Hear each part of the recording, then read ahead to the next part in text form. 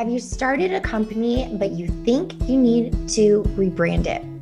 Are you embarrassed to send your clients to your website because you just know it's not right? Well, today we're talking about how to rebrand your company.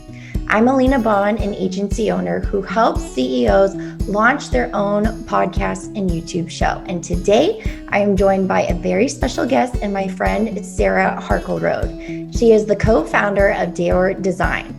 They have helped build over 500 brands in the last 10 years. So Sarah, thank you so much for being here today. And can you please tell us about who you work with today and how you got here? Yeah, thanks, Alina.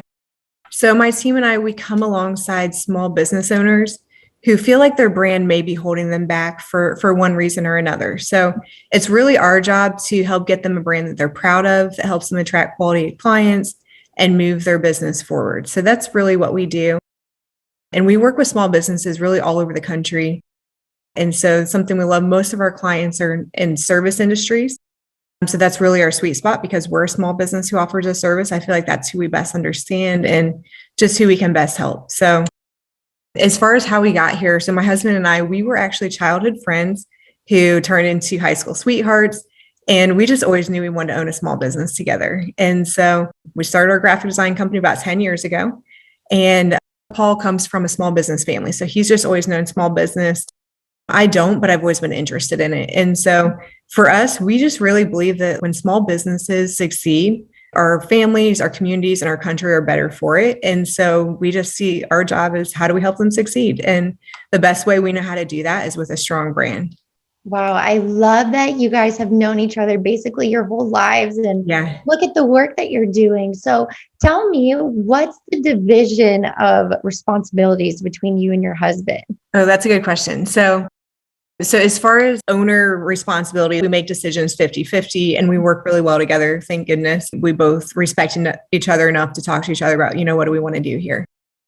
As far as day to day, so I am anything sales or talking to new potential clients or anything like that. And then I'm also pretty involved in our actual services that we provide. And I think that helps me better educate our clients about what we do and just I like keeping one foot in both camps there. Mm-hmm. So I will actually personally do some designs for our clients. I do brand strategy for all of our clients. So I'm very involved in the day-to-day of the business. For Paul, he's actually an attorney as well. And so he's kind of the business side, like sales tax and compliance and contractor agreements. And we do have employees in a few different states. And so there's some hoops we have to jump through there. And so because of his legal background, he's just a natural with that, which is great. I'm so thankful that he can do that piece for us. So we are very opposite. And people who know Paul, they're like, so do you design logos? He's not creative at all. And so don't worry, he's not designing your brand. He's just making sure you pay your invoice. Like that's all. So anyways, we're good at different things. So we have pretty clear swim lanes, which is good. Wow, that sounds like the perfect partnership. So in your 10 years running your company, 500 brands, tell me about who are most of your clientele? Yeah. So most of our clients are like small businesses. And when I say small, like pretty small, like 1 to 10 people. Sometimes we'll have people reach out who are just like, I'm a solopreneur. Am I too small to work with you? No, we love working with one person businesses because you have one decision maker, which makes it really easy for us to help them be successful. And so most of them are 1 to 10 people. We work with small businesses bigger than that, but just that's kind of the way it's worked out. Most of them are pretty small like that. And then a lot of professional service industries. And I kind of like working with those non-sexy industries like healthcare, finance, a lot of home services like builders, landscapers, maintenance and cleaning companies and things like that, where it's just what they do. It's very straightforward, but they're just very good at it. And so we want to help kind of put a bow on what they do and help them better package that for their business so they can attract higher quality clients. So that's really who we can best help. We do work with some that are maybe in newer industries like fitness and health coaches and things like that as well. We're online coaching and we get into that just a little bit as well too. But if I can tell that they're really clear on who they are and what they do, then I know we can help them. But the ones that are still very fluid in that, sometimes I'll coach them to actually clarify some of that before they invest in their brand. Yes, exactly. And because that's the thing, we have to be so clear about who we're working with so we can communicate it so people understand. But starting a new brand is different than rebranding. So how do you know that a company is ready for a rebrand? Yes. So if you have a small business, there's a few ways you can tell if you need a rebrand. So the first one is if you are embarrassed to send people to your website, or you cringe every time you send something out with your logo design on it, or your clients are constantly confused about what you do, you probably already know deep down that you need to do a rebrand. And we have a lot of our clients will come to us and say, "Oh my gosh, my website's so bad. I don't even want you to look at it. Don't even reference that." And so it's like they come to us knowing that I need this. Right. So those ones are easy. And so another way to know if you need a rebrand is if you're really good at what you do, but your business has plateaued, your brand is probably what's holding you back. And so an easy way to tell if you're in that camp is if you have no problem keeping your existing clients, like your clients that you do work with love you, you get great reviews, they're referring other people to you. That means you're good at what you do. They wouldn't do any of those things if you weren't. But if you struggle on the side of attracting new clients, then that means that you probably offer a great service wrapped in a bad brand. And so people who don't already know you and know that you're great, they wouldn't be able to tell just by your website or your logo or the way you communicate about your services. So that's really a red flag that your brand is probably the problem and it's time for a rebrand. And then the third way, if you just want to kind of remove the guesswork, you can actually do a formal brand audit where basically we just take inventory of your brand, all the pieces of it, and can kind of identify which pieces are holding you back the most or what are those weak links in your brand. We'll also point out anything that's working well for you too. But you can get a formal brand audit score so that if you go to do a rebrand, you know what are your highest payoff activities? Like where do you need to invest the most of your attention or your budget, whether it's your website or your messaging or your logo or anything like that. And actually, we will do a free brand audit through the end of this year for anybody listening to this podcast. So if you, as you're heading into next year, if you're kind of curious about where does my brand stack up? Is that something I need to budget for next year? We'll do a free brand audit for you and just send you a report that details each aspect of your brand so that you know if that's something that you should be thinking about or if you're in good shape already. Oh, I love that. So, how do they know if the investment is going to pay off? I feel like people are really scared about that. Yeah. And a rebrand is scary because you already have something, even if it's not working great, it's a known entity for you. And it's a little bit of a process and it is an investment to rebrand your business. And so you want to know, like, how do I measure the results of this? There are two things that we see as like the primary factors for a rebrand being successful. So the first is actually the quality of the rebrand. If you say, okay, it's time for a rebrand and I'm going to find a logo on Fiverr and then I'm going to have my nephew who does websites kind of makes it like put my new logo on there. And then my office manager, she kind of plays around with Facebook advertising. So she'll do a little bit of that. And you call that your rebrand.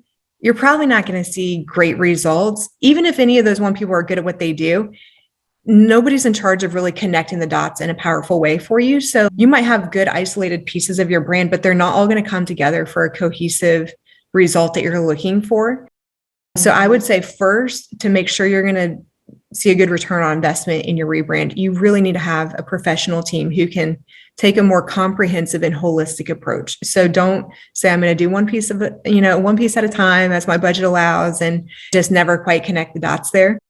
So first thing, make sure that you have a professional team who has, proven results and experience with a company like yours to do your rebrand. And then I would say the other one is that's a key factor to the success of your rebrand is that you actually need to be good at what you do. So if you are not good at what you do, putting a better brand on your service, you're going to get a short-term bump. And we've seen this. It's really sad. We've seen it with a few clients where they get a short-term bump from their new brand. And then their clients figure out like, you're still offering the same bad service or you never fixed this problem. And those clients, they leave. And a lot of them will even leave a bad review on their way out the door, which can be really hard to recover from. So if you have trouble keeping your clients or if you have trouble managing your online reputation, I would actually suggest that you first invest in your services and like tightening those up before you invest in your brand, because those are the clients that we've seen don't see success with their brand refresh or their rebrand.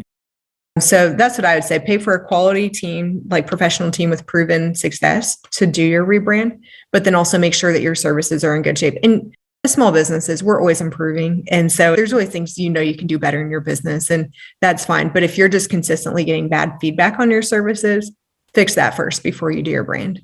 That's so smart. I'm so glad that you said that, because we can make a beautiful brand for anyone. But if at the end of the day, your client goes through your service and they're not happy, well, that's not a good way to grow a business. And even if your revenues are so low, and then you spend so much on marketing, and then you wonder why is it not evening out? Well, obviously you have more things that you need to figure out as well. Mm-hmm. I've also seen that happen, and it's really, you have to go to the core of what is driving your business. And then now, how do we find more people, not the other way around? Exactly. Yeah. So with all of your branding projects, tell me about the hardest rebranding project that you did, and what did you learn from that? Yes. So we actually, even though we specialize in working with small businesses, like that's really our sweet spot, we do work with a number of churches and nonprofit organizations as well. And so if they come to us and they find us, if we can help them, we do. And so, but one thing that we picked up on after working with a few nonprofit organizations and churches was kind of a common, like, problematic pattern. It's as soon as you're a nonprofit organization, you're usually going to appoint a committee to be the decision maker. So you have a group of people making a decision. And so one project in particular that I'm thinking of was a rebrand that we did for a church. Great people that we were working with, but there was, I call it like design by committee. And basically, and it just does not work. And then we were trying to get creative direction, and everybody was inserting like personal preferences of like, well, I like purple, but I like orange, or I like this font, or I like this font. And it became about trying to accommodate a group of people's personal preferences. And they really lost sight of like, what's actually going to be the most effective brand for our church to help expand our impact. So with that was a pretty painful process. It was literally like months and like dozens of designs of back and forth. And it was like guess and check design. Like they couldn't quite articulate what they wanted because there wasn't a single voice for the committee. So there were dozens of designs. Like we were frustrated. We're like losing money on the project. And by the end, like the committee was kind of tired too. So they just settled for a design that's like, nobody hated it, but nobody really loved it. And they're like, all right. And so it was just a really big letdown for everybody, like our team included, of just like, all of this work, and this is where we ended up, like, surely there's a better way. So after that project, we kind of regrouped as a team and said, okay, we know what clients need to do to be successful through the rebranding process, but it's our job as professionals to do a better job of coaching them up front on how they can get to the result they're looking for. And so a few things we pinpointed was, even if you do have a committee, that's okay. And that's just a fact, if you're working with a nonprofit or a church, but you need to appoint one like single final decision maker within that committee, and somebody who can be the voice of the committee, so that we're not getting conflicting guidance about like, try these 6 different directions. But okay, as a committee, these are some things we're thinking, this is kind of the idea we want to run with. And our team will still be a sounding board for them on that too, to help them navigate different opinions or things like that, or different options. But that's one thing, make sure there's a single decision maker, single voice of the committee. And then also just training people about, if I'm branding, whether it's your business or your church or your nonprofit, it's not about what your favorite color is, or it's not about, your favorite logo that you've seen. It's about what's going to resonate with your target market. And that's really, we're not necessarily designing for you. We're designing for your target market and what's going to resonate with them. And so how do we come together with you to kind of define what that needs to look like? And that really just takes the pressure off of people to feel like, well, it has to match all of my favorite things. It's like, no, it's actually what's going to be the most effective and help expand the impact of our organization, or move my business forward, or help me attract quality clients. So I think after that project, we just took a more active role in educating our clients right up front on how they can see the best results. And that's really helped. And actually that church, there is a happy ending to that story. They came back to us 5 years later for a rebrand, and it was night and day difference. Like we actually, like, up front, we said, okay, these are some things that we've seen have not worked, and there's some of the same people involved in the project. night and day difference. It went very smoothly. They love the end result. They've gotten great feedback on it. Like it's really helping their church, like really build a brand in the local community. So it's like perfect. So it works, but it was really painful learning that the first time around though. So Wow. Oh my gosh. And I've definitely been in that position as well. And oh, that is just so brutal. And now I learned the same thing where when I start with the team, I say, who here do I talk to for the answer? I'm not talking to all five of you because everyone has different opinions. And at the end of the day, a big mistake people make is making it about themselves. And they lose track of, wait a second, if we're trying to attract your clients, well, then we need to think about what they want. And so now I just honestly, I just say, nope, this is what we need to do. And I think they respect it more because they realize, oh, well, obviously they know what they're doing and we're going to listen because we've just seen it so many times that what's the point in messing around when we already know the answer? Yes. And it kind of moves you out of like very subjective world where it's like, oh, what do I like? Or, okay, well, then when I see something new this weekend, I'm going to come back to you with a new idea. And it gets you out of that subjective, what do I like, into very objective, like what works. And like for us, I'm like, okay, we've done this for 10 years and we've helped 500 small businesses walk through this process. We know what works. We're taking the pressure off of you to figure out what that is. And so we want to hear if you have preferences. We'll take those into account. But we're going to coach you on what's actually going to get you the best results. And at the end of the day, the client, they still approve the design or disapprove. So they still have that final say. But I think just letting them know how much thought we've put into it and that it is about what works and not just what you like. I think that does really help. And it takes the pressure off of them some. So what would you say is the secret to rebranding success? Yes. So I would say, just don't underestimate the process. It doesn't need to be big or scary or even that expensive. But a lot of small business owners, they come in and they're just thinking about just their logo or just a website update or just tweaking their messaging. They're not thinking about all of it. And so they really underestimate the process when they go into it. And so they just don't come in prepared and thinking big enough about what needs to be done, but also what's possible. And so I think that probably the secret is find a good team that you can trust, and somebody who you feel like really gets you in your business, who can guide you through the process. Don't try to do it alone. Don't try to piece together your Fiverr logo designer and your nephew who does websites and somebody in-house who knows a little bit about Facebook marketing. You're not going to see results that way. So you want one team who can connect all the dots for you in a really powerful way. And whether that's our team or another branding company that like that's really where you're going to see success is by doing that. And just be self-aware enough as a business owner to know when you're getting outside your area of expertise. If you're like me, I got into business because I think I can do some things better than other people can. It's like, oh, I can do that better. I'm going to build a business around that. And so it's easy to carry that mindset into things that are well outside my zone of genius, where I'm like, why did I think I could do this? And so I think a lot of small business owners do that when it comes to their brand, and they think I can do that, or I know enough there.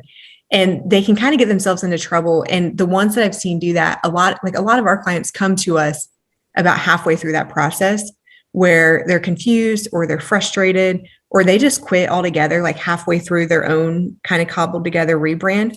And their brand is actually in worse shape than when they first started, because now it's got like some of the old stuff and some new, and like people are even more confused.